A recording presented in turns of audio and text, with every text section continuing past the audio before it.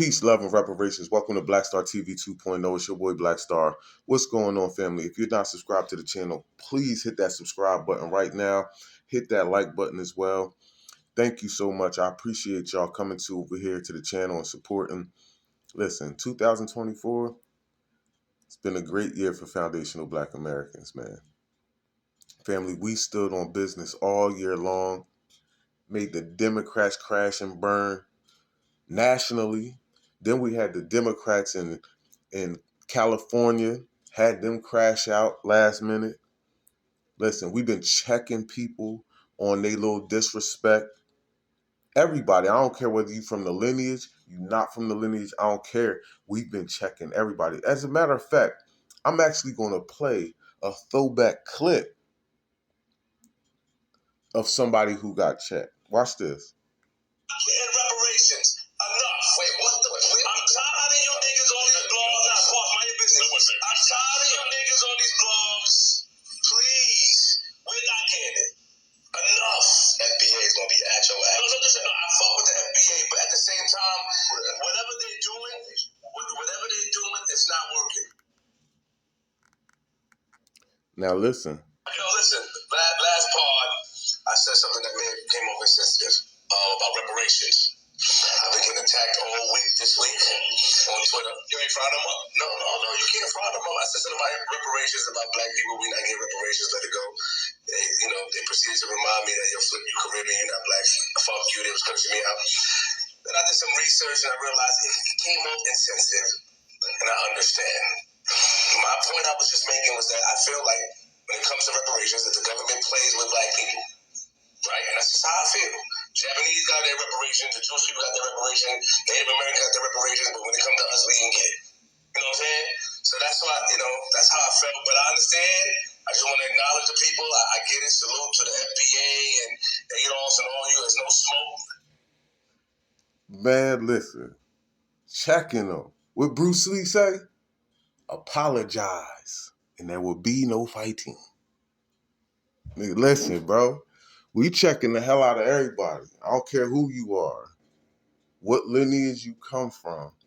You come over here being disrespectful, you gonna wear that. You gonna wear that. And he said, oh, you ain't give them the smoke. He said, oh, no, you can't smoke them. Nah, you can't. I don't know if y'all caught that part. Yeah, he said, oh, you ain't smoked them. Now you can't smoke them. Nope. Foundational Black Americans are standing on our square. And in 2025, we only going to get more progressive as we make the code the leader. See, the code's been leading us through this the whole time. Not one person. It's been the code. This is why we're getting so far. You can't kill the code. This is another reason why we have so many people trying to make this like an organization and like, oh, the FBA movement. And like, they try to turn this into everything but a lineage. See, because they want to make someone the leader of this so they can knock his block off. And we know who that is. That's Tariq, who they always trying to say, see, Tariq just coined the name and the term foundational Black Americans. That's all he did. The same way somebody coined and did African American and colored people and Negro and everything else. So he coined the term for our lineage. And now y'all want to make him like some type of leader of it. That's why I always say when people say that, you got to start saying, then ask them, is freedmen, who's the leader of the freedmen? Because those are the same people. There's no leader of the freedmen. And nobody would even say that. And you notice that they don't.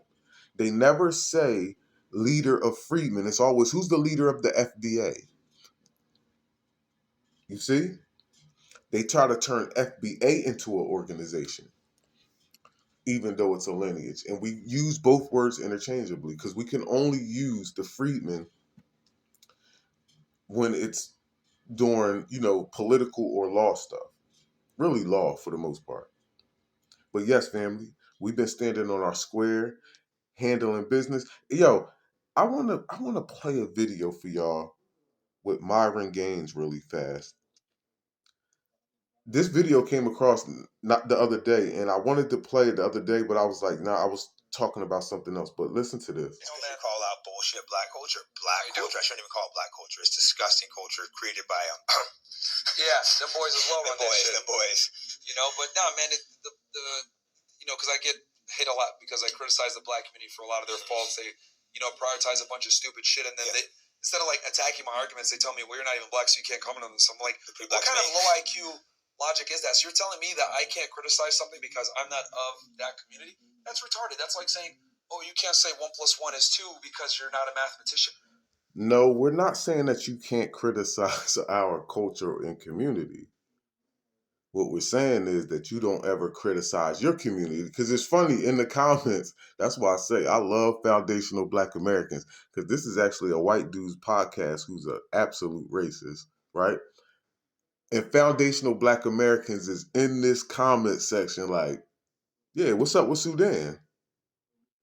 You feel me? They keep coming straight back to Sudan on him. Like, because you love talking about foundational Black Americans while your country is in absolute complete shambles. You see? So it's almost like a person who didn't shower in weeks going up to somebody talking about how bad they smell.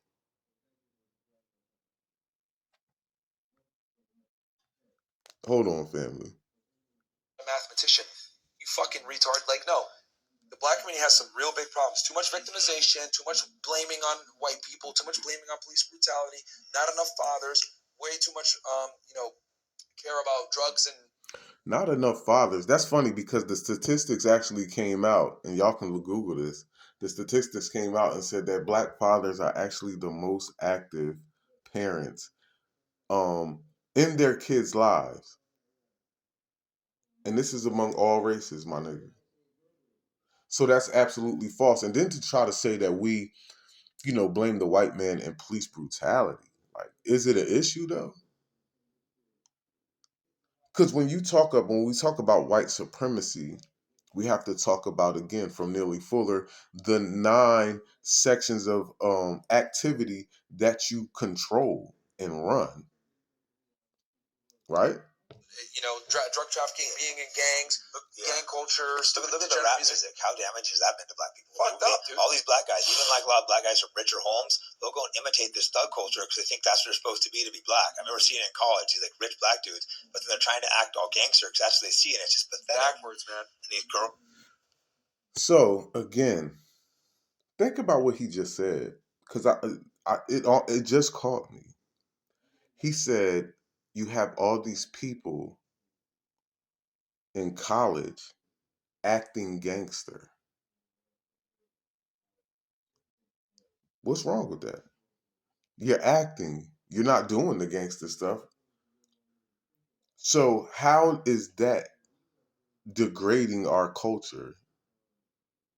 Like, dude just saying anything. Like, y'all was acting. They be acting gangster. And the funny part about it is white people and Spanish people are actually the biggest consumers of hip hop culture.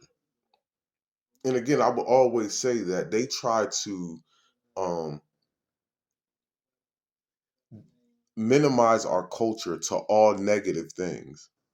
Like everything negative, you want to just magnify on our culture, and then all the other stuff you just kind of gloss over, like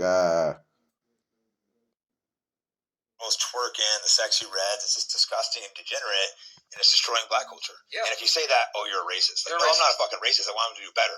I don't want black people out shooting people. You know, black people and Asians were like, black people in San Francisco were.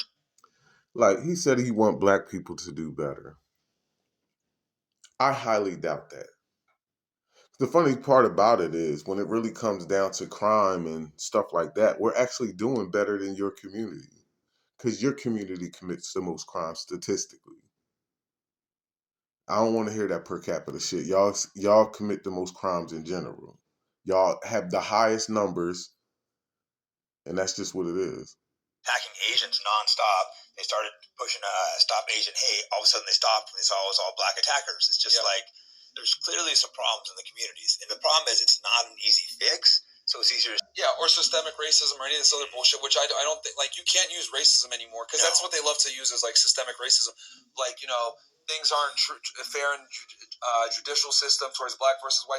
How about this? How about you just don't get involved in the judicial system? How about you just don't commit crime? How about you stop making fucking excuses and crying about systemic racism or whatever? It's like, dude, you live in the best country in the world, and I would argue black people nowadays have more opportunity than anyone else. Yeah. You guys, affirmative action, DEI, whatever, people that aren't Family. Now, y'all know, and it's funny because Tariq just had a show about this. Family, white women get the most affirmative action, DEI, everything else. Black people actually get the least of that.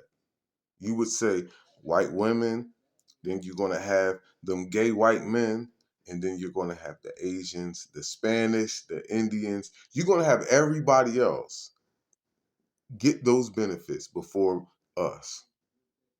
So we're actually at the bottom. You giving that and saying we get the most opportunities is absolutely false. Absolutely false. qualified or getting jobs, etc. That are getting jobs over their white counterparts. And then for some odd reason, if I call this shit out, I'm considered a white apologist or a white nationalist or a white supremacist. Like, no, I just acknowledge the reality that in America, right? Unless if you're a white male, everything is against you if you're a white male. Yeah. Like, white males are some of the most targeted race because everything can be blamed on them. Racism, let's be honest here, every single. Now,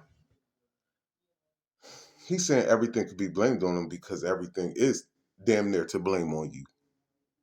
You acting like somebody just blaming something on you just to be blaming it on you. Fam, majority of the things, I'm going to say 99% of bad things happening in this world come from white folks. I said in this world, not this country, the world is coming from white folks, colonizing and doing everything else under the sun. Person is racist. But he tried to say every person was racist after that little whatever he spilled. But let me play y'all my boy. Racism has nothing in the world to do with getting along with people. It has nothing in the world to do with bias, bigotry, hatred, or discrimination, or prejudice. Those things have nothing to do with racism. Racism is a competitive relationship between groups of people that are competing to own and control resources and wealth and power. And once they acquire a significant amount of it, they then use it against another group to enslave them, to discriminate, shut them out, and tell them who they can marry, whether or not they can go to school, or to maldistribute the educational funds for the schooling of another child. That's what racism is. Family, this is why we have scholars like Dr. Claude Anderson, Dr. Neely Fuller,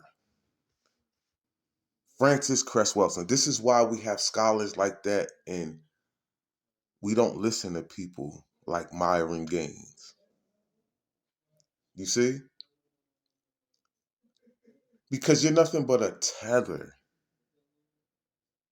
And we can't do nothing with people like this. See, if you look at the thumbnail right now, I think 100% of the people on that picture are non-foundational Black Americans.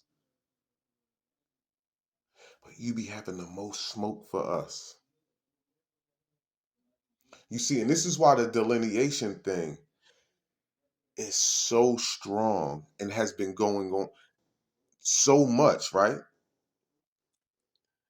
We delineated so much that we have the whole world going against us and mad because we want to say, yo, look, we're a distinct ethnic group. We're not just taking the whole Black and crunching everybody, because we know what y'all do with that. Y'all use Black and y'all just lump everybody in as Black when it's convenient. You see? In one of my other videos, I showed what's his name? DJ Academics. He did the same thing. He was trying to say, oh, see, well, Black people, because I'm Black, and see, and then later on in that same sentence, he said he was Jamaican and straight up like distanced himself from being the same type of Black we are. You see what I'm saying? So in one instance, you can say that you're black, and then in another instance, you can be like, oh no, I'm Jamaican. So I'm a different type of black. See? But when we do that and we're saying, yo, we just doing that for good. We're not giving y'all, we're not giving y'all that opportunity to say, commit a crime, and then it says, oh, black male, blue jeans and a black shirt did XYZ. And then you be like, oh, man, y'all gotta fix y'all community, man. Y'all black people out here. Nah. That nigga was Trinidadian. He was Haitian. You feel what I'm saying? He was Nigerian. No, you're gonna take all your riffraff. You feel me? Cause y'all come over here, y'all do a lot of this stuff, then y'all be the reason. Cause again, when he spoke about the Asian hate crimes that was happening in San Francisco, those was all tethers. See? You're speaking on the black community, but then when you say black, you're just using it as a broad. But really, when we say black people, most people think of black Americans. That's why I say, and then we have to sit here and argue for the stuff that's going on when these people are black people who don't rock with us. Right? You got the Somalis who in Minnesota, y'all stay in your own little enclaves by yourself. You feel me? You got Jamaicans who stay by themselves. Right? I seen a apartment complex not too long ago was nothing but Africans in there. Like, yo, y'all have things strictly to yourself. And then when you get in trouble, it's like you lump all of us together. Soon as it's something, some BS. You feel me? So we're not going for that. But we've been standing on business. And man, I'm so proud of Foundational Black Americans for standing on this lineage. This lineage. I'm telling you, because the us standing on lineage does not allow people to get in, and it's easy to find the fakes. It's been easy to. Where your family from? Where that accent? Oh, you got to start. You just got to start making up a story when you start lying, and it just never adds up. Then you got the accents, so we already know. We know. We just not going for it. We gonna keep the code as the leader, and we're going to keep on keeping on. But family, I promise you, 2024 was a great year for Foundational Black Americans, bro. We've been shutting people down. We've been on people this whole year. This whole year. Every time something happened, we was on it, making content. And that's another thing. I always tell people, man, the internet is probably one of the best things that ever happened for us. Because again, I remember listening to a Dr. Claude Anderson lecture, and he was speaking on um, how much media we didn't own, and he was trying to say like, yo, we own like less than 1% of the media in the country. But he was naming the radio station, he was naming the exact stations, and was like, yo, the type. I'm just like, damn. So really, we had no communication whatsoever to each other. You know what I mean? We would get communication here and there, but not like this. Not like at the drop of a dime. You get what I'm saying? Where Kamala Harris can say something and do something slick in 2 minutes. That shit all over the internet, and we spreading it and giving our commentary on it, breaking it down and freeze framing and slowing it up, and you get what I'm saying, speeding it up or whatever. But we get to break it down and then distribute that out to the masses as well. And then, which I like also, this is another reason I like that, black people in general just get to be content creators regardless. We get to hear so many different perspectives of different foundational black Americans who think different than us, but also are still on code with each other. You feel what I'm saying? So at the end of the day, This was probably one of the best things that ever happened to us, was having these media outlets and this content. Which I heard somebody the other day, I think it was Doggy Diamonds. He said something about Fat Joe and us constantly putting out content on him because these other platforms aren't going to do it. You feel what I'm saying? Breakfast Club, you name them, Hot 97, LA Leakers. Like, these people aren't going to talk about the Fat Joe situation and how he needs to apologize and things like that, or put his feet to the fire. We're going to do that. We're going to be the ones that put Fat Joe's feet to the fire. So at the end of the day, we can't stop. You feel me? We can't stop putting out content on this dude, because we're not going to let this go at all. And for real, anybody rocking with Fat Joe, we don't need to be rocking with. Anybody rocking with Fat Joe, we don't need to be rocking with. And I started seeing a lot of that. Like, yeah, he messed with Kamala. He like a paid Democratic shield. Roland Martin, D.L. Hughley, like you name these people, like they all on the payrolls. And D.L. Hughley's FBA too. But again, this is what we be talking about. We check our coons. We check our people working with the other side. Y'all just don't do that. And that's another reason for the delineation, because we can't have nobody around us that's not going to be checking anybody. Peace, love, and reparations, man. Make sure y'all hit that subscribe button. Make sure y'all hit that like button. I appreciate everybody that's been rocking with the channel.